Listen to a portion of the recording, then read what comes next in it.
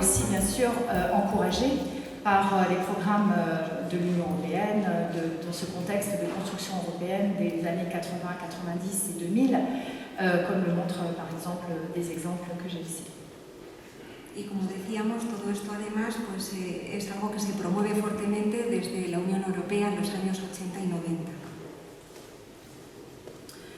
Un exemple également de ce renouvellement et de valeurs associées au tourisme de mémoire, c'est la conception de nouveaux lieux et de nouvelles manières même de concevoir les monuments et les mémoriaux. On a ici un exemple qui est devenu très célèbre dans le nord de la France, qui s'appelle l'Anneau de la Mémoire, qui a été conçu par une agence d'architecture très célèbre en France et qui a, sur d'autres modèles étrangers, conçu un monument sous forme d'anneau sur lequel tous les noms de tous les combattants, sans distinction de nationalité, mais par ordre alphabétique, sont inscrits. Et on peut vraiment interpréter ce nouveau type de mémorial, de monument, comme une entreprise à la fois d'universalisation, mais aussi de dénationalisation de certaines approches de la mémoire. Sí, estamos hablando entonces de que asistimos a un momento en el que se produce una renovación de los valores asociados a este tipo de lugares de memoria. Vemos cómo se irán creando nuevos lugares, nuevos memoriales. Y resalto la importancia, dice, de este ejemplo que está en el norte de Francia, que se llama l'Anneau de la Mémoire, el anillo de la memoria. Es un anillo diseñado por unos arquitectos y la importancia que tiene este anillo es que aparecen los nombres de todos los combatientes por orden alfabético, están todos ahí indicados.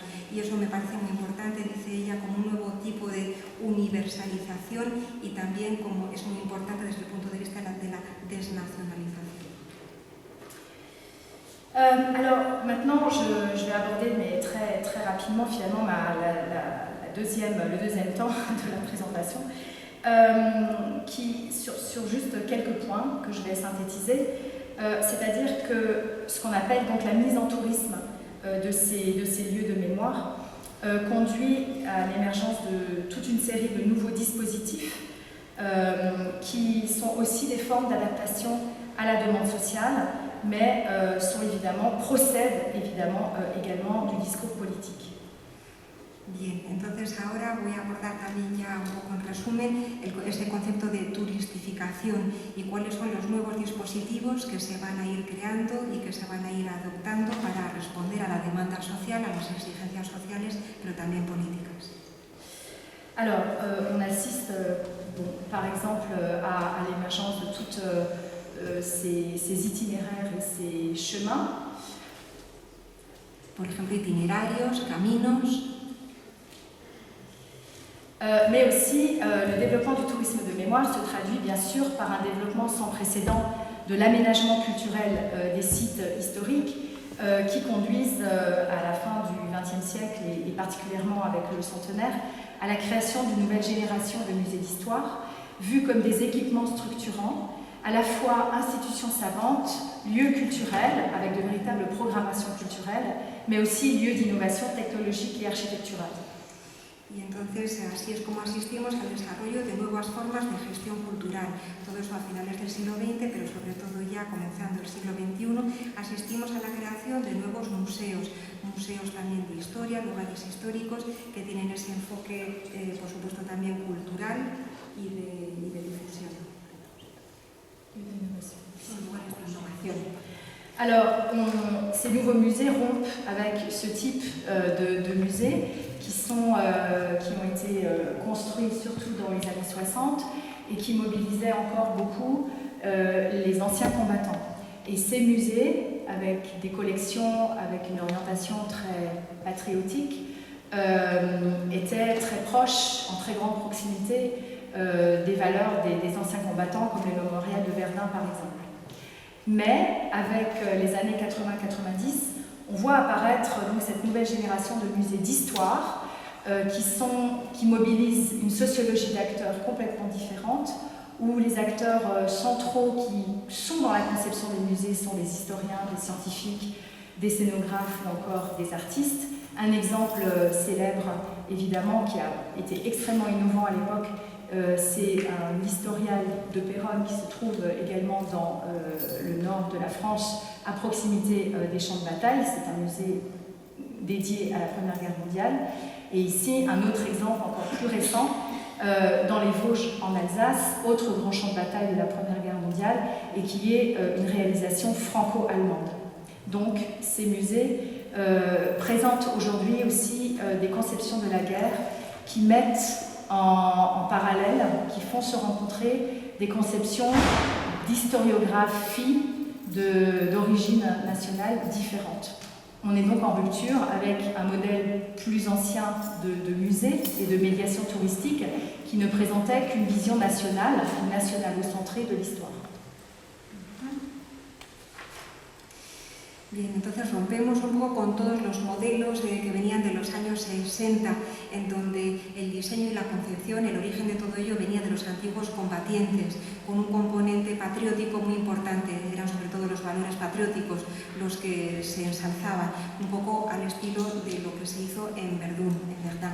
Luego ya llegamos a los años 80-90, como decía, con toda esa nueva generación de museos históricos, en donde ya el enfoque que se tiene en cuenta no es el de los antiguos combatientes, sino el de personas como historiadores, científicos o incluso artistas, que son quienes ayudarán a dotar de contenidos esos museos. Un ejemplo sería el Museo de Pérol en el norte de Francia, una zona también muy asociada a la Primera Guerra Mundial, o si no, en los Vosgos, en la región de Alsacia. En este caso se trata de un centro en donde se unieron es una construcción franco-alemana, y eso también es muy importante porque ahora mismo ya este tipo de nuevas instituciones ponen en paralelo historiografías nacionales diferentes. Ya no solamente se cuenta o se tiene en cuenta una historia nacional, sino que hay historiografías, como decíamos, de varias naciones. Ce qu'on observe également, c'est que nombre de dispositifs contemporains visent à susciter l'adhésion du public. Ce qui conduit à des types de muséographie ou de médiation qui tiennent compte du type de touriste, par exemple, ou du type de public qui visite. Par exemple, on a des médiations qui privilégient de plus en plus une approche par l'histoire personnelle d'individus au destin varié, et le public ou le visiteur est censé endosser un rôle pendant la visite et voit donc cette visite d'un point de vue particulier. Ici, ce qu'on peut conclure de ce type de dispositif ou de choix, c'est aussi la circulation des modèles de médiation. Par exemple, dans les musées français, les inspirations sont très fréquentes de musées étrangers, notamment de musées anglo-saxons. Pourquoi s'inspire-t-on aussi de modèles anglo-saxons? Parce que les touristes et les visiteurs eux-mêmes sont en très grande majorité anglo-saxons, dans certains musées de guerre, particulièrement dans le nord de la France, et que donc le dispositif de médiation doit rencontrer aussi des habitudes culturelles et une culture touristique et de la visite de ces publics. Hay muchos dispositivos contemporáneos que lo que quieren es suscitar la adhesión del público, ser atractivos para el público, y eso nos conduce a crear nuevos tipos de mediación que van a privilegiar cada vez más un enfoque que sea personal, es decir, que cada persona que visita ese lugar pueda vivir una historia personal e incluso jugar un papel durante las visitas. Y es solamente lógico, es lógico que así sea, que se creen nuevos modelos y nuevos dispositivos de mediación, y que en gran parte, por ejemplo, en la zona del norte de Francia, se vayan a inspirar en los modelos que ya existen en países anglosajones, puesto que muchos de los visitantes que llegan a Francia, a esa zona, son anglosajones, entonces lógicamente tenía que ser legible para ellos, comprensible para ellos. Par ailleurs, le tournant expérientiel du tourisme, étudié par de nombreux chercheurs, vise à créer des expériences de visite sans cesse renouvelées, fondées par exemple sur l'immersif, sur les scénographies à fort impact visuel ou sensoriel, pour ne prendre que quelques exemples. L'usage de nombreux dispositifs numériques vise aussi à renouveler les approches de la médiation tout en adoptant certains codes des univers médiatiques et ludiques contemporains. Et la montée en puissance de ces derniers s'inscrit aussi dans l'injonction à l'innovation qui caractérise aujourd'hui toute forme de mise en valeur patrimoniale et touristique, propre aux enjeux de concurrence qui caractérisent les lieux de mémoire contemporains. Además, podríamos decir que ese lado experiencial o de la experiencia del turismo, que es algo que han investigado y que han estudiado numerosos investigadores, tiene como objetivo crear experiencias de visita siempre nuevas, renovadas y siempre basadas en algo que sea inmersivo, algo que tenga un fuerte impacto visual. Simplemente por dar algunos ejemplos. Se utilizan diferentes dispositivos digitales y todo eso tiene, como decíamos, como objetivo renovar esos enfoques de mediación, adaptándose a los nuevos códigos de los universos mediáticos y lúdicos contemporáneos. Todos estos diferentes enfoques se inscriben también en la innovación que hoy en día tiene que caracterizar cualquier forma de puesta en valor de los elementos patrimoniales y que es algo muy importante en estos lugares de memoria contemporáneos. Aujourd'hui, l'un des dispositifs les plus pleins de succès, c'est les reconstitutions qui sont parfois choisies comme de véritables espaces et moments de médiation par certains musées. On a ici l'exemple d'un grand musée récent, à côté, non loin de Paris, le musée de Meaux, qui met beaucoup l'accent sur la reconstitution dans son approche du passé, de la guerre, et ce sont des moments qui ont énormément de succès dans la population. Aquí podemos ver un ejemplo. Uno de esos dispositivos privilegiados es el de la reconstitución de los espacios y reconstitución de los momentos. Y da el ejemplo del Musée de Meaux, que no está demasiado lejos de París, y se trata además de un enfoque, es el de la reconstitución, que la verdad es que cada vez tiene más adeptos y más éxito. Donc on le voit, les expériences de patrimonialisation, de musées, de médiation sont très hétérogènes. Ils sont extrêmement diversifiés en fonction évidemment de l'histoire des lieux, en fonction des types de sites et de présence d'acteurs, si bien que l'État a également voulu instaurer un texte, une charte qu'il appelle la charte d'éthique des lieux de mémoire, que chaque lieu de mémoire public doit afficher et suivre. C'est-à-dire, pour faire le lien avec les présentations d'avant, de tout à l'heure, on a un certain nombre d'articles qui précisent comment les lieux de mémoire doivent agir dans la valorisation de leur patrimoine, mais également dans l'accueil du public et des touristes. Como decíamos, todo este tipo de diferentes experiencias de patrimonialización, de mediación, es enormemente diverso y heterogéneo a lo largo y ancho del país, hasta tal punto que en cierto momento el Estado francés se vio en la obligación de instaurar una carta, ¿sí? Se llama así una carta ética para estos lugares de memoria, que contiene una serie de requisitos y de criterios que se ven obligados a cumplir estos lugares de memoria. Entre los diferentes aspectos que, por ejemplo, se evocan en esa carta, hay artículos que se refieren a cómo acoger a los visitantes, cómo valorizar, cómo poner en valor el patrimonio o incluso cómo atraer a los visitantes. Mais selon moi, la charte d'éthique proposée par le ministère de la Défense, puisqu'il s'agit du ministère de la Défense, aux responsables des lieux de mémoire, s'inscrit dans une triple logique. De promouvoir une approche éthique du tourisme, mais aussi finalement de normaliser les pratiques et d'imposer de nouveaux standards dans l'accueil en conformité avec certains cahiers des charges, y compris international, on l'a vu tout à l'heure, notamment ceux développés dans la labellisation accueil tourisme de qualité. Esta carta ética que propone el Ministerio de Defensa, puesto que es el Ministerio de Defensa el que la propone, esta carta que se propone a los responsables de estos lugares de memoria, tiene un triple enfoque.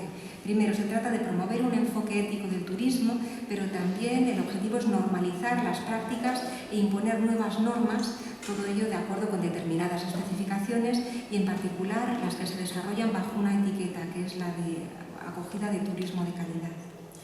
Alors, ces dispositifs, et y compris cette charte d'éthique qui vise à rendre ces lieux éthiquement développés, peuvent parfois contraster avec la très grande diversité des pratiques de mise en valeur touristique sur le terrain, notamment celles développées par les habitants de ces territoires qui sont très actifs, souvent, dans l'organisation d'associations locales. Vous avez un exemple ici, ou encore des habitants qui mettent en valeur dans leur jardin, par exemple, ou chez eux, des collections liées aux objets de guerre, ou creusent des tranchées qu'ils font visiter d'ailleurs. Donc on a des pratiques vraiment très hétérogènes et une sociologie des acteurs dans le tourisme mémoriel en France qui est extrêmement diversifiée, avec des approches et des représentations qui sont évidemment très divergentes et qui peuvent être extrêmement contrastées. Sí, y entonces asistimos a una enorme heterogeneidad, como decíamos antes. Bien, podemos tener, por ejemplo, todo esto que está tan regulado por esta carta ética a la que acabo de hacer alusión, pero por otro lado podemos tener la población local, habitantes que se erigen en asociaciones locales y que son muy activos y que desarrollan múltiples actividades. Incluso podemos tener el caso de personas de la población local que en el jardín o en sus casas organizan colecciones o exposiciones de distintos objetos vinculados a la guerra, o incluso algunos han llegado a cavar o a hacer trincheras que también hacen visitar. Por consiguiente, tenemos una sociología en cuanto a los actores o agentes enormemente diversificada, con enfoques muy diversos. Alors, les nouvelles pratiques de mise en tourisme des dernières décennies conduisent donc à une profonde transformation de la sociologie des acteurs en charge de la promotion et de la valorisation des lieux de mémoire, sous l'effet notamment d'une professionnalisation et de l'institutionnalisation du tourisme. Estas nuevas prácticas turísticas provocan una profunda transformación en la sociología de los actores o de los agentes encargados de la promoción y la valorización de estos lugares de memoria desde los años 80 en Francia y, por tanto, también en la producción del discurso sobre el pasado. Alors, pour moi, ce changement est intéressant à observer dans ses effets locaux, car l'arrivée de nouveaux acteurs, souvent en position d'extériorité, par rapport aux communautés mémorielles déjà là, peut conduire à des formes de coopération, mais le plus souvent il s'agit de processus très conflictuels. Este cambio me parece interesante de observar en cuanto a los efectos locales que tiene, ya que la llegada de esos nuevos actores o de esos nuevos agentes, que a menudo son completamente ajenos, que vienen de fuera de esos lugares de memoria, puede dar lugar a formas de cooperación, pero en la mayoría de los casos se trata de un proceso siempre conflictivo. Si je prends l'exemple d'Oradour-sur-Glane, donc vous voyez ici, après le massacre du 10 juin 1944, les nazis laissent un village totalement en ruine et ces ruines ont été conservées. Elles ont été protégées par l'État qui en a fait un monument historique dès 1946 et aujourd'hui, peut-être le connaissez-vous, mais vous avez ce village en ruine sur une très grande surface que l'on peut visiter. Pendant des décennies et des décennies, jusque dans les années 90, seulement l'État et les habitants du village avaient autorité à l'interprétation au sein du site, les visites, la gestion et l'organisation du tourisme étaient uniquement entre les mains de ces deux acteurs. Y de hecho, por ejemplo, en Oradour-sur-Glane, aquí se construyó un centro de la memoria. Lo que ocurrió aquí fue que después de la masacre que tuvo lugar, al final, bueno, pues hubo una masacre y al final sí que el emplazamiento quedó en ruinas. Y a partir del año 1946 sí que se construyó un museo histórico que se puede visitar y que quizá algunos de ustedes lo hayan visitado. Y algo también importante que decir es que hasta los años 90 solamente el Estado y solamente la población local eran los únicos que estaban autorizados a poder gestionar el turismo o todo cuanto tuviese lugar en este lugar, en Oradour-sur-Glane. Les ruines sont considérées comme un cimetière, comme un mausolée, et le tourisme y est vu, la visite des ruines y est vue essentiellement comme un pèlerinage. Aquí las ruinas se consideran como un cementerio, como un mausoleo, y a los turistas se les considera solamente como peregrinos, personas que acuden allí, en cierto modo, en un peregrinaje. À partir des années 90, un nouveau lieu, un centre d'interprétation est construit avec l'arrivée de nouveaux acteurs professionnels, historiens, mais également acteurs culturels, enseignants qui vont constituer l'équipe de ce centre d'interprétation, où le tourisme est considéré dès lors comme une pratique culturelle et d'éducation, et non plus simplement comme un pèlerinage. A partir de la década de los años 90 todo cambia, se crea este centro de interpretación, se acogen, llegan nuevos actores, nuevos agentes, como pueden ser historiadores, agentes culturales, personal o profesionales de la enseñanza, que todos ellos van a constituir el equipo que gestiona este centro de interpretación. Y a partir de este momento, de los años 90, entonces el concepto de turista y de turismo cambia. Ya no se trata solamente de un peregrinaje, sino que se concibe el turismo como una práctica incluso cultural y educativa. Dès lors, on a un centre d'interprétation sur place qui recontextualise l'histoire du massacre avec une exposition sur la base d'archives et de recherches par le premier directeur du musée et qui cherche à recontextualiser l'histoire locale dans l'histoire européenne du nazisme et de la Seconde Guerre mondiale. Donc c'est un changement de discours majeur localement et qui a parfois suscité des tensions avec la communauté mémorielle locale qui s'est sentie en réalité dépossédée en quelque sorte du lieu, mais également de ses récits, de sa mémoire. Et les tensions sont toujours très perceptibles aujourd'hui entre une partie des habitants, notamment la communauté des descendants, des survivants, et l'équipe de ce centre d'interprétation. Lo que se trata de hacer este centro de interpretación es recontextualizar un poco la historia local y todo eso además basándose siempre en archivos y basándose en hechos.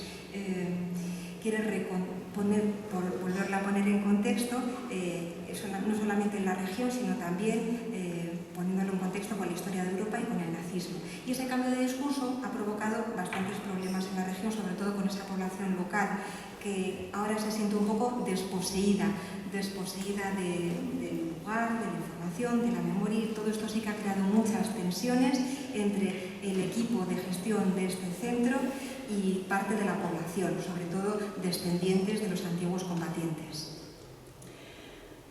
D'autant plus que, pour finir sur ce point, cet nouvel équipement, ce nouveau musée, qui a une architecture assez iconique, est souvent désormais très visible dans la promotion touristique par les acteurs du tourisme régionaux, nationaux, aussi dans les guides touristiques. Et par exemple, vous avez ici un exemple d'une promotion touristique qui présente finalement le centre d'Oradour-sur-Glane comme un trésor culturel. Donc on voit bien comment il y a un glissement aussi de vocabulaire dans la manière dont on parle désormais du village d'Oradour avec l'implantation de cet équipement et qui est évidemment en rupture totale avec ce que souhaitent certains habitants, mais aussi la manière dont les récits ont été construits jusque dans les années 90 localement. Ahí vemos una imagen del museo y vemos además que es una arquitectura que es muy icónica, muy visible y los grupos turísticos o quienes promocionan el turismo en la región pues muchas veces han utilizado esa arquitectura y esas imágenes icónicas e incluso se promociona el centro como un tesoro cultural.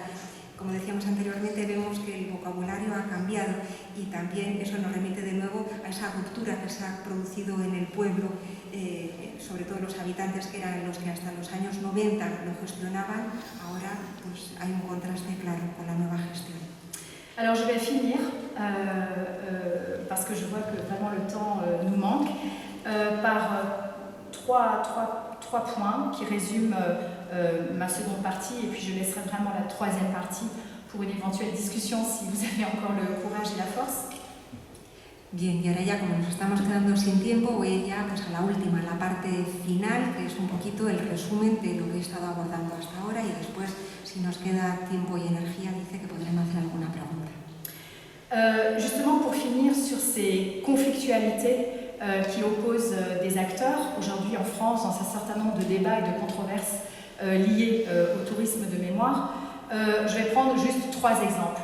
Le premier exemple, c'est les débats et la défiance face à la spectacularisation de la violence. On en a déjà parlé aujourd'hui, avec des débats autour de la notion, par exemple, de Disneylandisation des lieux, ou encore le rejet très fort de la part d'historiens, par exemple, de la reconstitution historique.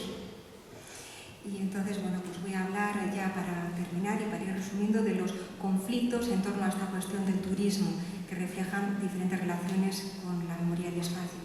Y hablaré un poco de la desconfianza ante ese concepto de espectacularización de la violencia y del debate tan grande que existe en torno a lo que algunos historiadores, sobre todo, consideran la disneylandización, es decir, y su rechazo a la reconstitución histórica que se está haciendo. Il faut dire que la reconstitution historique en France est beaucoup moins utilisée par les historiens que dans d'autres mondes académiques. Par exemple, dans le monde anglo-saxon, la reconstitution historique est une pratique de recherche également, mais qui est beaucoup moins légitime ou légitimée dans l'université française. Donc la perception de la reconstitution historique est généralement assez négative dans les milieux universitaires, mais dans les milieux culturels ou dans certains musées, comme je l'ai déjà précisé, elle est activement utilisée comme médiation. Donc il y a là déjà un débat, une controverse autour de la manière d'envisager la reconstitution historique, pour prendre cet exemple. Para tomar solamente un ejemplo, si nos centramos en las formas de mediación mediante la reconstitución histórica, he de decir que Francia, a contrario, con respecto a otros países como pueden ser los anglosajones, es un país en donde se aceptan, bueno, hay cierta parte de la población que no acepta demasiado bien esas reconstituciones históricas, consideran que tienen menos legitimidad, sobre todo el mundo universitario, bueno, pues les adscribe un componente bastante negativo, pero por el contrario, como ya hemos dicho, son prácticas de mediación que se utilizan cada vez más y que además tienen bastante éxito, con lo cual todo esto genera bastante debate. Associé à la question de la spectacularisation, les débats portent également autour de l'exposition du matériel de guerre et des armes. Et ces débats sont très intéressants, avec le succès des défilés, de l'exposition des armes lourdes, des tanks ou des jeeps qui sont devenus vraiment les objets iconiques du tourisme mémoriel quand on pense à la Normandie par exemple. Eh bien, un certain nombre d'acteurs, comme les scénographes, les muséographes, mais aussi des historiens, s'interrogent sur la place de l'objet de guerre comme objet de fascination. Donc je renvoie aux réflexions très intéressantes menées au sein de certains musées d'histoire, comme l'Historial de Péronne, ici cet exemple, où la volonté de présenter les uniformes mais aussi les armes dans des fosses, qui peuvent aussi styliser des tranchées, procède d'un refus justement d'héroïser la figure du soldat, mais également de ne pas susciter de fascination particulière pour l'objet militaire ou l'objet de guerre. Por ejemplo, desde el punto de vista de cómo mostramos los diferentes objetos y todos esos materiales de guerra, hasta qué punto, como por ejemplo es el caso en Normandía, hay que mostrar armas pesadas, tanques, jeeps, todo esto también suscita bastante controversia entre diferentes escenógrafos e historiadores. Hasta qué punto hay que mostrar los objetos de guerra de tal forma que provoquen fascinación. Y entonces nos muestra este ejemplo de nuevo del Museo de Péronne, cerca de París, en donde los uniformes y los instrumentos de guerra, ¿no? Y las armas de guerra se muestran como una especie de foso. De nuevo, la idea es no heroizar, no hacer de los soldados héroes y tratar de luchar un poco contra esa fascinación que pueden provocar estos distintos objetos.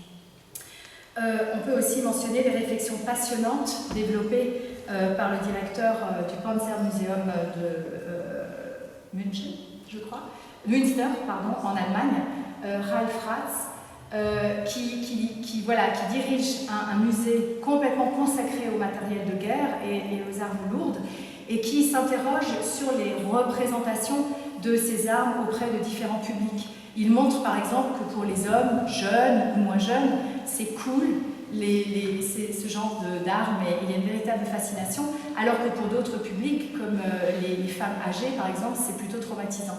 Donc lui, il réfléchit à une muséographie qui là encore cherche à rompre avec la fascination que représente cet objet et il a toute une réflexion extrêmement conceptuelle sur la manière de présenter ces objets et d'en parler, qui s'ancre aussi dans sa volonté de faire de ce musée un musée anti-guerre. Por ejemplo, es muy interesante lo que está llevando a cabo el director del Museo Panzer en Alemania y porque bueno, se han dado cuenta de que quizá para cierto público joven puede ser muy guay o puede ser muy cool mostrar cierto tipo de armas ligeras, aunque en su institución se muestra bueno, todo tipo de armas, incluso armamento pesado, cuando por el contrario, por ejemplo, para las mujeres, dice, sobre todo de cierta edad, pues puede resultar algo mucho más traumático. Y de nuevo lo que se está llevando a cabo en ese Museo Panzer por parte de su director me parece muy interesante desde el punto de vista de nuevo cómo romper con esa fascinación que provocan estos objetos, sobre todo las armas. Un deuxième aspect est évidemment le débat autour de la commercialisation et de la marchandisation, avec des débats autour du profit et de la trivialisation de la violence de guerre. C'est aussi une notion qu'on a déjà abordée aujourd'hui pendant la journée. On observe depuis quelques décennies le développement de boutiques du souvenir, que ce soit au sein des musées, par exemple le musée d'Ohama Beach en Normandie, mais aussi des espaces devenus incontournables au sein des offices de tourisme. Par exemple, un autre exemple à Caen, en Normandie, avec énormément de livres, d'objets.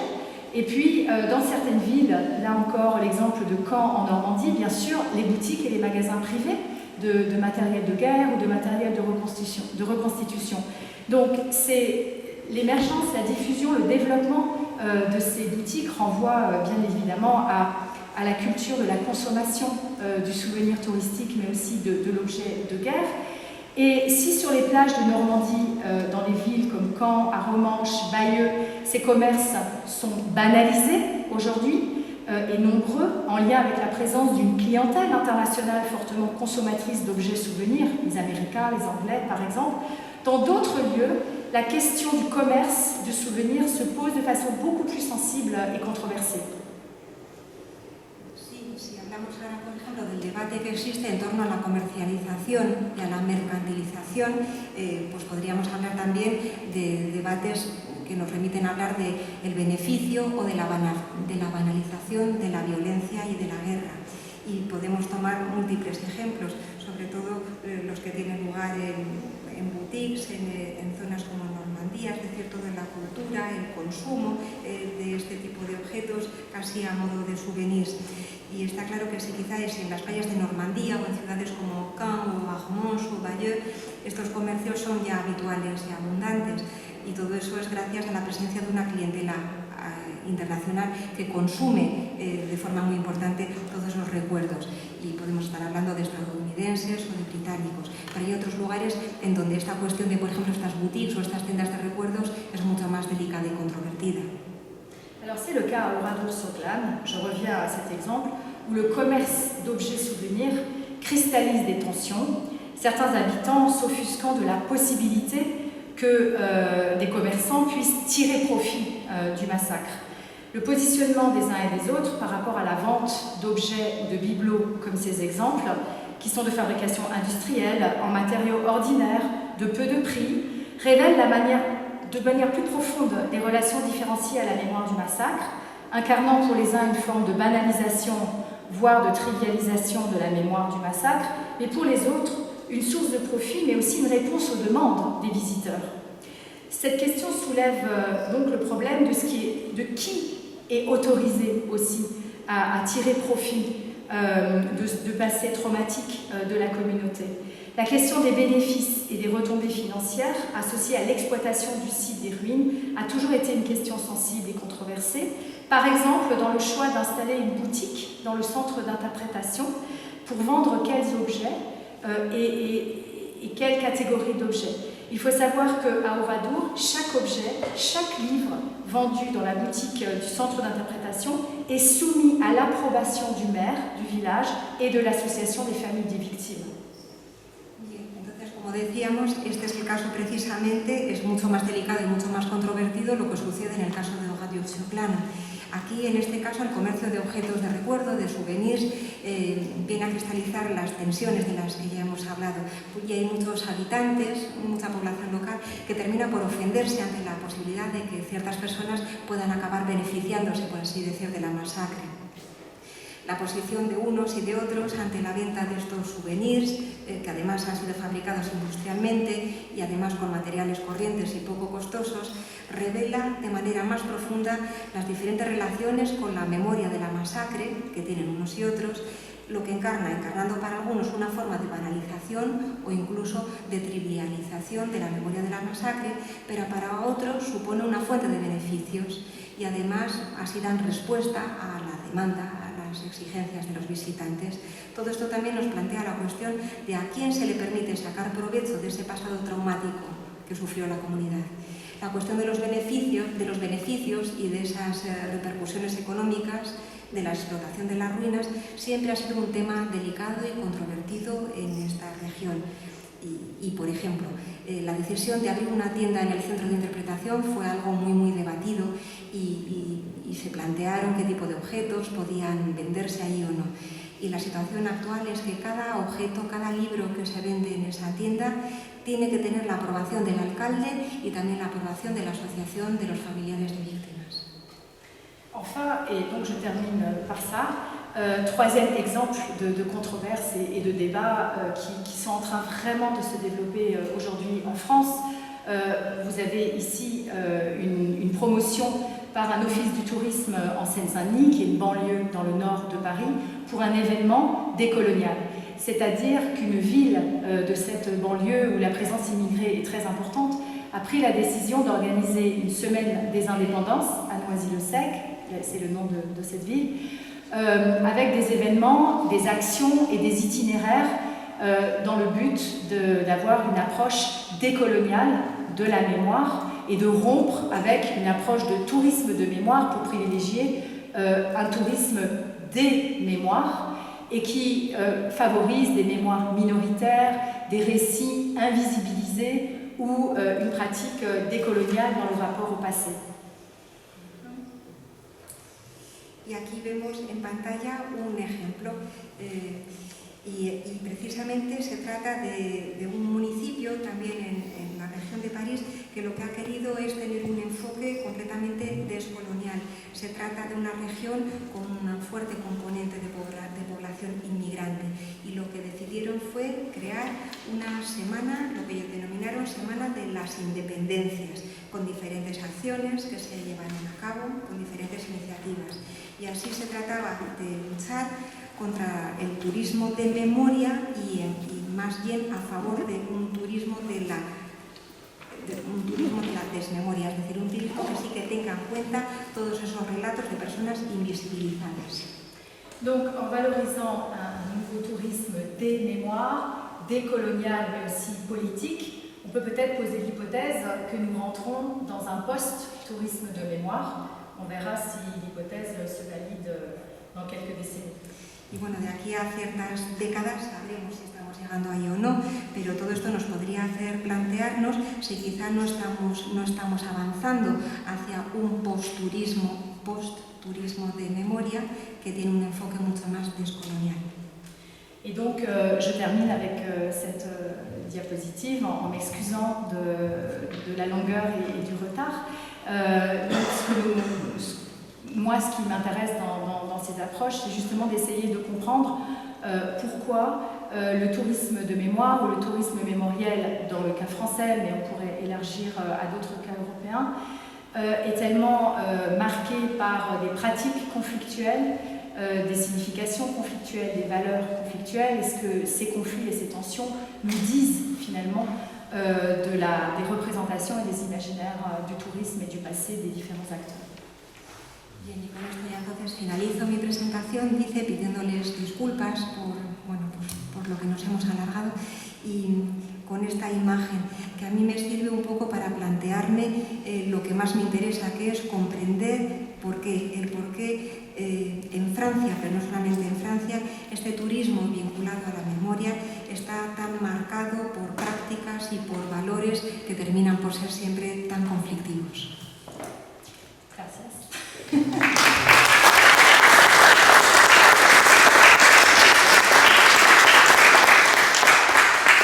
Un aplauso para la traductora.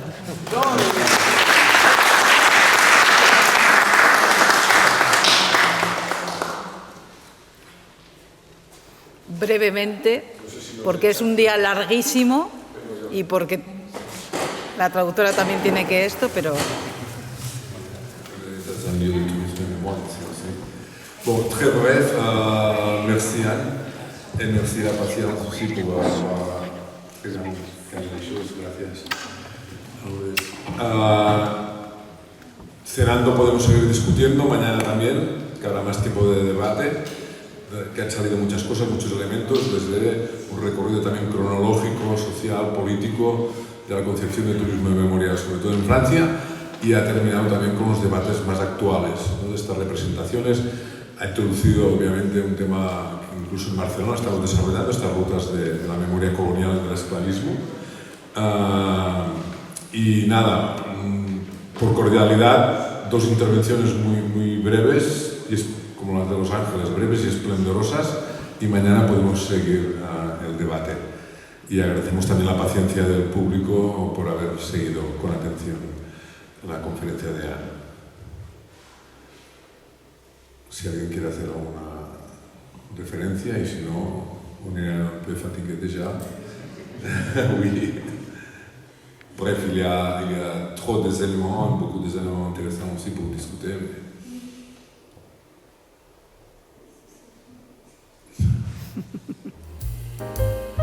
Bueno, pues si no hay ninguna apreciación, mañana más, mejor. Esperemos. Y merci beaucoup.